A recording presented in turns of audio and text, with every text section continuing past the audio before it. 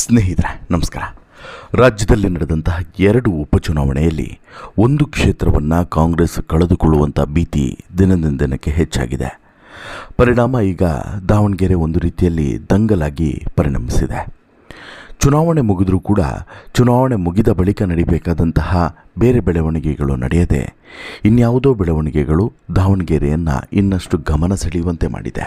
ಜೊತೆಗೆ ಕಾಂಗ್ರೆಸ್ನ ಅಧಿಕೃತ ಅಭ್ಯರ್ಥಿಯಾಗಿದ್ದಂಥ ಸಮರ್ಥ ಶಾಮನೂರು ವಿರುದ್ಧ ಷಡ್ಯಂತ್ರವನ್ನು ಮಾಡಿದ್ದಾರೆ ಎನ್ನುವಂಥ ಆರೋಪದ ಮೇಲೆ ಒಬ್ಬರಾದ ಮೇಲೆ ಒಬ್ಬರ ತಲೆದಂಡವೂ ಕೂಡ ಆಗ್ತಾಯಿದೆ. ಜೊತೆಗೆ ಜಮೀರ್ ಅಹ್ಮದ್ ಅವರ ತಲೆದಂಡ ಆಗೋದು ಕೂಡ ಬಹುತೇಕ ಖಚಿತ ಅನ್ನುವಂಥ ಮಾತುಗಳು ಕೂಡ ಬರ್ತಿದ್ದಾವೆ. ಹಾಗೆಯೇ ಸಿದ್ದರಾಮಯ್ಯನವರ CM ಕುರ್ಚಿಗೂ ಕೂಡ ಇದು ಒಂದು ರೀತಿಯಲ್ಲಿ ತೊಡಕಾದರೂ ಕೂಡ ಅಚ್ಚರಿಲ್ಲ ಅನ್ನುವಂಥ ಮಾತುಗಳು ಕೂಡ ಕೇಳಿ ಬರ್ತಾ ಇದ್ದಾವೆ. ಹಾಗಾದರೆ ಒಂದು ಉಪಚುನಾವಣೆಯ ಸೋಲು ಇಷ್ಟೆಲ್ಲ ಪರಿಣಾಮವನ್ನು ಎದುರಿಸುವಂತೆ ಮಾಡ್ತಾ ಇರೋದು ಯಾಕೆ? ಅಲ್ಪಸಂಖ್ಯಾತರ ಸಿಟ್ಟು ಈ ಪ್ರಮಾಣದಲ್ಲಿ ಕಾಂಗ್ರೆಸ್ಗೆ ಮುಳುವಾಯಿತಾ? ಹೇಳ್ತಾ ಹೋಗ್ತೀನಿ. ಅದಕ್ಕಿಂತ ಮುಂಚೆ ನೀವಿನ್ನೂ ಕೂಡ ನಮ್ಮ ಚಾನಲನ್ನು ಸಬ್ಸ್ಕ್ರೈಬ್ ಮಾಡಿಲ್ಲ ಅಂದರೆ ದಯವಿಟ್ಟು ಕೂಡಲೇ ಸಬ್ಸ್ಕ್ರೈಬ್ ಮಾಡಿ ಸ್ನೇಹಿತರೆ. ಒಂದು ಕಡೆ ಕಾಂಗ್ರೆಸ್ನ ಅಲ್ಪಸಂಖ್ಯಾತ ಘಟಕದ ಮುಖ್ಯಸ್ಥರಾಗಿದ್ದಂಥ ಅಬ್ದುಲ್ ಜಬ್ಬಾರ್ ಅವರ ವಿರುದ್ಧ ಕ್ರಮ, ಮತ್ತೊಂದು ಕಡೆ ಕಾಂಗ್ರೆಸ್ನ MLC ವಿರುದ್ಧನೂ ಕೂಡ ಕ್ರಮ. ಒಬ್ಬರಾದ ಮೇಲೆ ಒಬ್ಬರನ್ನು ಇಲ್ಲಿ ಪಕ್ಷದಿಂದ ನೀವು ರಾಜೀನಾಮೆಯನ್ನು ಕೊಟ್ಟು ಹೊರಗಡೆ ನಡೀರಿ ಎನ್ನುವಂತಹ ಸನ್ನಿವೇಶ ದಾವಣಗೆರೆಯಲ್ಲಿ ನಿರ್ಮಾಣ ಆಗಿದೆ. ಇದಕ್ಕೆ ಕಾರಣ ದಾವಣಗೆರೆ ದಕ್ಷಿಣ ಕ್ಷೇತ್ರದಲ್ಲಿ ಇತ್ತೀಚೆಗೆ ನಡೆದಂಥ ಉಪಚುನಾವಣೆ ಮತ್ತು ಆ ಉಪಚುನಾವಣೆಯ ಫಲಿತಾಂಶ ಕಾಂಗ್ರೆಸ್ ಲೆಕ್ಕಾಚಾರವನ್ನೇ ತಲೆ ಕೆಳಗು ಮಾಡಲಿದೆ ಎನ್ನುವಂತಹ ಒಂದು ಕಲ್ಪನೆ. ಹೌದು, ಈ ದಾವಣಗೆರೆ ದಕ್ಷಿಣ ವಿಧಾನಸಭಾ ಕ್ಷೇತ್ರದಲ್ಲಿ ಗೆಲುವಿನ ನಿರೀಕ್ಷೆಯಲ್ಲಿದ್ದಂಥ ಕಾಂಗ್ರೆಸ್ಗೆ ಈಗ ಎಲ್ಲೋ ಒಂದು ಕಡೆ ಸೋಲುವ ಭೀತಿ ಶುರುವಾಗಿದೆ. ಮೂಲಗಳ ಪ್ರಕಾರ ಈಗಾಗಲೇ ಯಾರೆಲ್ಲ ಕಾಂಗ್ರೆಸ್ಗೆ ವಿರುದ್ಧವಾಗಿ ಕೆಲಸ ಮಾಡಿದ್ದಾರೋ ಅವರಿಗೆ ಬಿಸಿ ಮುಟ್ಟಿಸುವಂಥ ಕೆಲಸವನ್ನು ಮಾಡಬೇಕು ಅನ್ನುವಂಥ ಸೂಚನೆಯನ್ನು ಹೈಕಮಾಂಡ್ ಕೊಟ್ಟಿದೆ ಅನ್ನೋದು ಕೂಡ ಗೊತ್ತಾಗಿದೆ. ಇದರ ಜೊತೆಗೆ ದೆಹಲಿಯಲ್ಲಿ AICC ಅಧ್ಯಕ್ಷರಾಗಿರುವಂಥ ಮಲ್ಲಿಕಾರ್ಜುನ ಖರ್ಗೆ ಅವರು ಈ ಬೆಳವಣಿಗೆಗಳ ಬಗ್ಗೆ ನನಗೆ ಗೊತ್ತಿಲ್ಲ ಅಂತೇಳಿ ಹೇಳಿರೋದು ಬಹಳ ಅಚ್ಚರಿಯ ವಿಚಾರ ಅಂತಲೇ ಹೇಳ್ಬೋದು. ಉಪಮುಖ್ಯಮಂತ್ರಿಗಳಾಗಿರುವಂತಹ ಮತ್ತು KPCCನ ಅಧ್ಯಕ್ಷರೂ ಕೂಡ ಆಗಿರುವಂಥ DK ಶಿವಕುಮಾರ್ ಅವರು ಸ್ಥಳೀಯ ಪಕ್ಷದ ಅಧಿಕಾರಿಗಳಿಂದ ಅಥವಾ ಅಲ್ಲಿನ ಸ್ಥಳೀಯ ಮುಖಂಡರುಗಳಿಂದ ವರದಿಯನ್ನು ಪಡೆದ ನಂತರ ಇದರ ಬಗ್ಗೆ ಪ್ರತಿಕ್ರಿಯೆಯನ್ನು ಕೊಡ್ತೀನಿ ಮತ್ತು ಇನ್ನಷ್ಟು ಕ್ರಮಗಳನ್ನು ತೆಗೆದುಕೊಳ್ಳುವಂತಹ ವಾರ್ನಿಂಗನ್ನು ಕೂಡ ಕೊಟ್ಟಿದ್ದಾರೆ. ಪ್ರಮುಖವಾಗಿ ಇಲ್ಲಿ ಏನು ಆಗ್ತಿದೆ ಅನ್ನೋದನ್ನು ಸೂಕ್ಷ್ಮವಾಗಿ ನಿಮಗೆ ಹೇಳೋದಾದರೆ ನೋಡಿ, ಆರಂಭದಿಂದನೂ ಕೂಡ ಒಂದು ಬೆಳವಣಿಗೆ ಈ ದಾವಣಗೆರೆಯಲ್ಲಿ ನಡೀತಾ ಇತ್ತು. ಏನು? ಯಾವಾಗ ದಾವಣಗೆರೆ ದಕ್ಷಿಣ ವಿಧಾನಸಭಾ ಕ್ಷೇತ್ರಕ್ಕೆ ಉಪಚುನಾವಣೆ ನಡೆಯುತ್ತೆ ಅನ್ನೋದು ಗೊತ್ತಾಯಿತು, ಫೈನಲ್ ಆಗುತ್ತೆ ಅನ್ನೋದು ಘೋಷಣೆ ಆಗುತ್ತೆ ಅನ್ನೋದು ಗೊತ್ತಾಯಿತು, ಅದರ ಬೆನ್ನಲ್ಲೇ ಈ ಅಭ್ಯರ್ಥಿಗಳ ಆಯ್ಕೆಯ ವಿಚಾರವಾಗಿ ಭಾರಿ ಹಗ್ಗಜಗ್ಗಾಟ ನಡೀತು. ದಾವಣಗೆರೆಗೂ ಮತ್ತು ಈ ಜಮೀರ್ ಅಹ್ಮದ್ಗೂ ಸಂಬಂಧನೇ ಇಲ್ಲ. ಆದರೂ ಕೂಡ ಜಮೀರ್ ಅಹ್ಮದ್ ದಾವಣಗೆರೆಯಲ್ಲಿ ಬಂದುಬಿಟ್ಟು ಇಲ್ಲಿನ ಉಪಚುನಾವಣೆಯ ಸ್ಪರ್ಧಿ ಇವರೇ ಅಂತೇಳ್ಬಿಟ್ಟು ಘೋಷಣೆಯನ್ನು ಮಾಡೇ ಬಿಡ್ತಾರೆ. ಯಾವಾಗ ಈ ಒಂದು ಘೋಷಣೆಯನ್ನು ಜಮೀರ್ ಮಾಡ್ತಾರೋ ಆಗ ಒಂದು ರೀತಿಯಲ್ಲಿ ಕಾಂಗ್ರೆಸ್ನಲ್ಲಿ ಆಂತರಿಕ ಕಲಹ ಸ್ಫೋಟವಾಗೋದಕ್ಕೆ ಸ್ಪಾರ್ಕ್ ಸಿಕ್ಕಿದಂಗೆ ಆಗ್ತದೆ. ಇಮಿಡಿಯೇಟ್ಲಿ ರೊಚ್ಚಿಗೆದ್ದಂಥ ಶಾಮನೂರು ಫ್ಯಾಮಿಲಿಯವರು ಜಮೀರ್ ವಿರುದ್ಧ ಹಿಗ್ಗಾಮುಗ್ಗ ವಾಗ್ದಾಳಿಯನ್ನು ಮಾಡ್ತಾರೆ. ಅದರಲ್ಲೂ ಕೂಡ ಶಾಮನೂರು ಶಿವಶಂಕರಪ್ಪನವರ ಮಗ ಮಲ್ಲಿಕಾರ್ಜುನ್ ಅವರಂತೂ ಸಿಕ್ಕಾಪಟ್ಟೆ ವಾಗ್ದಾಳಿಯನ್ನು ನಡೆಸಿಬಿಡ್ತಾರೆ. ಎಲ್ಲಿವರೆಗೆ ಅಂತ ಹೇಳಿದ್ರೆ ಇಲ್ಲಿ ಎಲ್ಲೋ ಒಂದು ಕಡೆ ಈ ಎಲ್ಲ ಕಾಂಗ್ರೆಸ್ನ ಇವತ್ತಿನ ಬೆಳವಣಿಗೆಗೆ ಕಾರಣಕರ್ತರು ಯಾರು ಅಂತೇಳಿ ಕೇಳಿದರೆ ಇದೇ ಜಮೀರ್ ಅಹ್ಮದ್ ಅನ್ನೋ ರೀತಿಯಲ್ಲೂ ಕೂಡ ಇವತ್ತಿಗೆ ಇದು ಟ್ವಿಸ್ಟ್ ಆ್ಯಂಡ್ ಟರ್ನ್ಗಳನ್ನು ಕೂಡ ಪಡೆದುಕೊಂಡಿದೆ.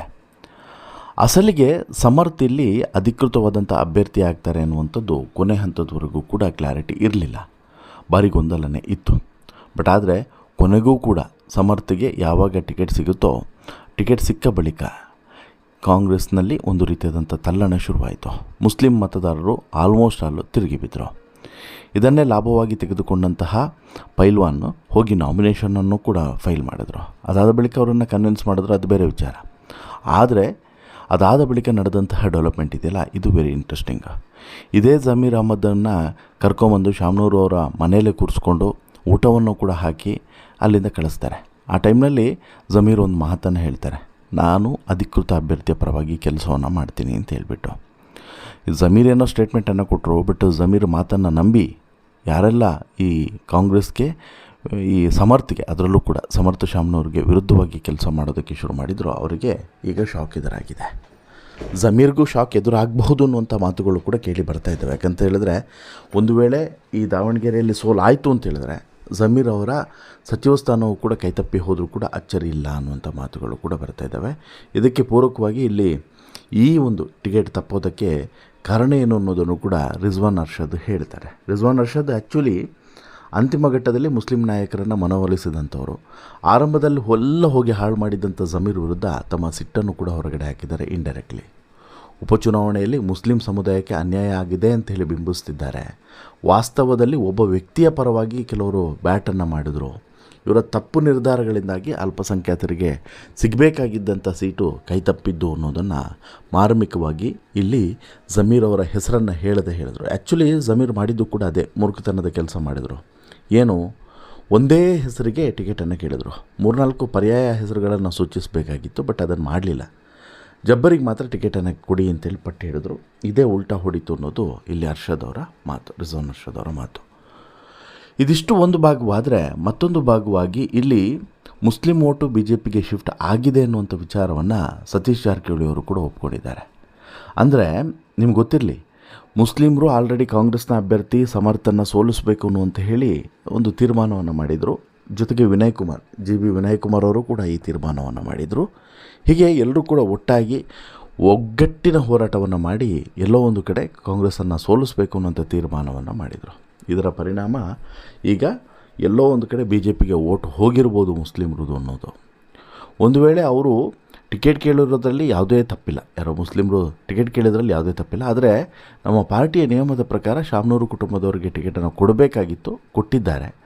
ಬಟ್ ಆದರೆ ಇಲ್ಲೆಲ್ಲೋ ಒಂದು ಕಡೆ ಈ ಬೇರೆ ಬೇರೆ ಮುಸ್ಲಿಂ ಸಂಘಟನೆಗಳಿಗಿಂತನೂ ಕೂಡ BJPಗೆ ಅವರು ಹೆಚ್ಚು ಓಟನ್ನು ಹಾಕಿದ್ದು ಅಂತೇಳಿ ಸ್ಪಷ್ಟವಾಗಿ ಗೊತ್ತಾಗ್ತದೆ. ಒಂದು ವೇಳೆ BJPಗೆ ಅವರ ಓಟು ಬಿದ್ದಿದ್ದರೆ ಆರಾಮಲ್ಲಿ BJP ಅಭ್ಯರ್ಥಿ ವಿನ್ ಆಗ್ತಾರೆ, ಅದರಲ್ಲೇನೂ ಕೂಡ ಡೌಟು ಬೇಡ ಅನ್ನುವಂಥ ವಿಚಾರವನ್ನು ಸತೀಶ್ ಜಾರಕಿಹೊಳಿ ಡೈರೆಕ್ಟ್ಲಿ ಹೇಳಿದ್ದಾರೆ. ಇನ್ನು ಇದನ್ನು ಹೊರತುಪಡಿಸಿದ್ರೆ ಪ್ರಮುಖವಾಗಿ ಆಗಬೇಕಾಗಿದ್ದೇನು ಮುಂದಿನ ಬದಲಾವಣೆಗಳು ಏನು?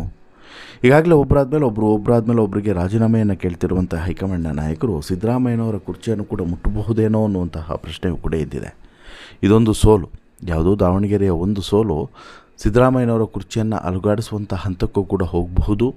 ಆ ಸಂದರ್ಭದಲ್ಲಿ ಅನಿವಾರ್ಯವಾಗಿ ಈ ಒಂದು ಕುರ್ಚಿಯನ್ನು ಬಿಟ್ಟುಕೊಡಲೇಬೇಕಾದಂಥ ಪರಿಸ್ಥಿತಿ ನಿರ್ಮಾಣ ಆದರೂ ಕೂಡ ಆಗಬಹುದು ಅನ್ನುವಂಥ ಮಾತುಗಳು ಇದ್ದಾವೆ.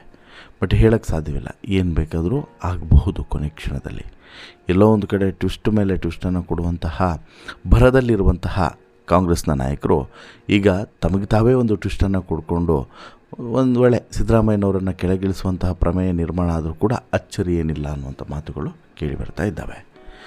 ಜೊತೆಗೆ ಜಮೀರ್ ಅಹ್ಮದ್, ಈಗ ಸಿದ್ದರಾಮಯ್ಯನವ್ರದ್ದಾದರೂ ಬಿಡಿ, ಜಮೀರ್ ಅಹ್ಮದನ್ನು ಮಾತ್ರ ಯಾವ ಕಾರಣಕ್ಕೂ ಕೂಡ ಸಚಿವ ಸ್ಥಾನದಿಂದ ಅವರನ್ನು ಹೊರಗೆ ಕಳಿಸ್ಲೇಬೇಕು, ಅವರನ್ನು ಸಚಿವರನ್ನಾಗಿ ಇಟ್ಕೊಬಾರ್ದು. ಯಾಕಂತ ಹೇಳಿದ್ರೆ ದಾವಣಗೆರೆಯಲ್ಲಿ ಒಂದು ವೇಳೆ ಸೋತ್ರೆ ಅದಕ್ಕೆ ನೇರವಾದಂಥ ಹೊಣೆಗಾರಿಕೆ ಜಮೀರ್ದೆ ಅನ್ನುವಂಥದ್ದು ಈಗ ಕೆಲವರ ಅಭಿಪ್ರಾಯ. ಬಟ್ಟು ನೋಡೋಣ ಶಾಮನೂರು ಫ್ಯಾಮಿಲಿಯವರು ಹೇಗೆ ನಿರ್ಧಾರವನ್ನು ತೆಗೆದುಕೊಳ್ತಾರೆ, ಏನು ಸಜೆಸ್ಟ್ ಮಾಡ್ತಾರೆ ಅನ್ನೋದ್ರ ಮೇಲೆ, ಹಾಗೆಯೇ ಅಂತಿಮವಾಗಿ ಬರುವಂತಹ ಒಂದು ಈ ರಿಸಲ್ಟ್ ಫಲಿತಾಂಶದ ಮೇಲೆ ಎಲ್ಲವೂ ಕೂಡ ನಿರ್ಧಾರ ಆಗಲಿದೆ ಅನ್ನೋದು ಸತ್ಯ. ನಿಮಗೇನು ಅನಿಸುತ್ತೆ ಸ್ನೇಹಿತರೆ, ಕಾಂಗ್ರೆಸ್ನ ಈ ಒಳಗಿನ ಭಿನ್ನಮತದ ಬಗ್ಗೆ ನಿಮ್ಮ ಅಭಿಪ್ರಾಯ ಏನು? ದಯವಿಟ್ಟು ನಿಮ್ಮ ಅಭಿಪ್ರಾಯವನ್ನು ಕಮೆಂಟ್ ಮಾಡಿ ತಿಳಿಸಿ. ಜೊತೆಗೆ ಈ ಸ್ಟೋರಿ ಇಷ್ಟ ಆಯಿತು ಅಂತ ಹೇಳಿದ್ರೆ ಲೈಕ್ ಮಾಡಿ, ಶೇರ್ ಮಾಡಿ, ಚಾನಲ್ಗೆ ಸಬ್ಸ್ಕ್ರೈಬ್ ಆಗೋದನ್ನು ಮರಿಬೇಡಿ. ಧನ್ಯವಾದ.